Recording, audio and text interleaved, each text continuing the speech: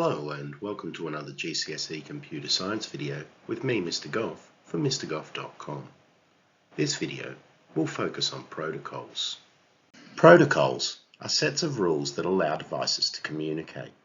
Before two devices communicate, they need to know what sort of language they're going to speak and what kind of data they can expect to be transferred.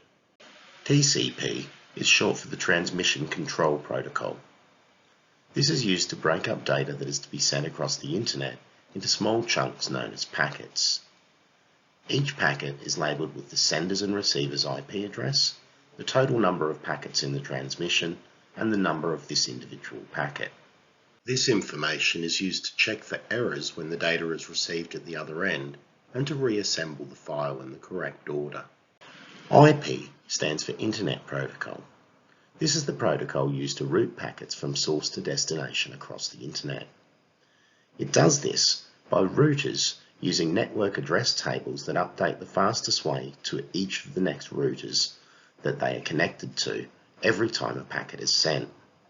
By consulting these tables, packets are each sent the fastest way to the destination, even though they might all be going to the same place. Because the tables are constantly changing, they may not all be sent the same way, because the fastest route will constantly be changing.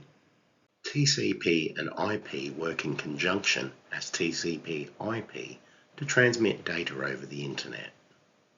HTTP, or Hypertext Transfer Protocol, is the protocol used to request HTML web pages from a web server for viewing in a web browser.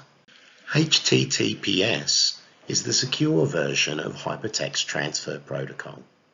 It serves the same purpose as HTTP, but in addition, it encrypts the information before it's transmitted, so if it were intercepted, it could not be read. This is why it's used when sensitive details like banking details or login details are transmitted over the internet. A padlock could be seen next to the URL when a site is using HTTPS. FTP stands for File Transfer Protocol. It's used to transfer files between a client and a server. FTP is commonly used to transfer web pages to a hosting server from where they can be requested by people using a web browser. SMTP stands for Simple Mail Transfer Protocol. It's responsible for part of the email process. When you send an email, it's responsible for the email going from your computer to your email server, and from your email server to the recipient's email server if they're using a different host. IMAP, or the Internet Messaging Access Protocol, is the protocol that allows users to view email messages that they've received on their mail server from other people. This also allows them to organise messages into groups, set reminders, and store draft messages. POP is short for Post Office Protocol. This is a legacy format for accessing emails, rarely used anymore. When messages are accessed from the email server, they are downloaded to the device that accesses them and removed from the server. That means if you were to access it from a computer and then later on try and access it from a different device such as a phone, it will no longer be there to view. It's only available on the device that you downloaded it to. As it's increasingly common for people to access their email from more than one device, this isn't very often used anymore. Layers refers to the breaking up of a protocol into smaller steps.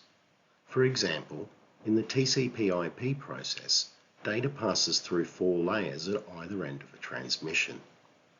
The application layer encodes and decodes data. The transport layer breaks the data into chunks and reassembles it at the other end. The network layer adds the sender's and receiver's IP addresses to packets about to be sent and removes them from received packets. The link layer is responsible for routing the data from one computer to another. One of the key benefits of using layers is that by using a different protocol in the application layer, we are able to make use of the same transport methods for a variety of different purposes. For instance, we can request web pages using HTTP, we can transfer files using FTP, or we can send email messages using SMTP. In each case, Once the data is encoded, it is packaged and transported in the same way. This removes the need for completely separate protocols for each process. That brings us to the end of this video on protocols. Join me again in the next video when I'll be looking at threats to computer systems and networks. Use the resources at mrgoff.com to help you revise computer science. And until next time, it's bye for now.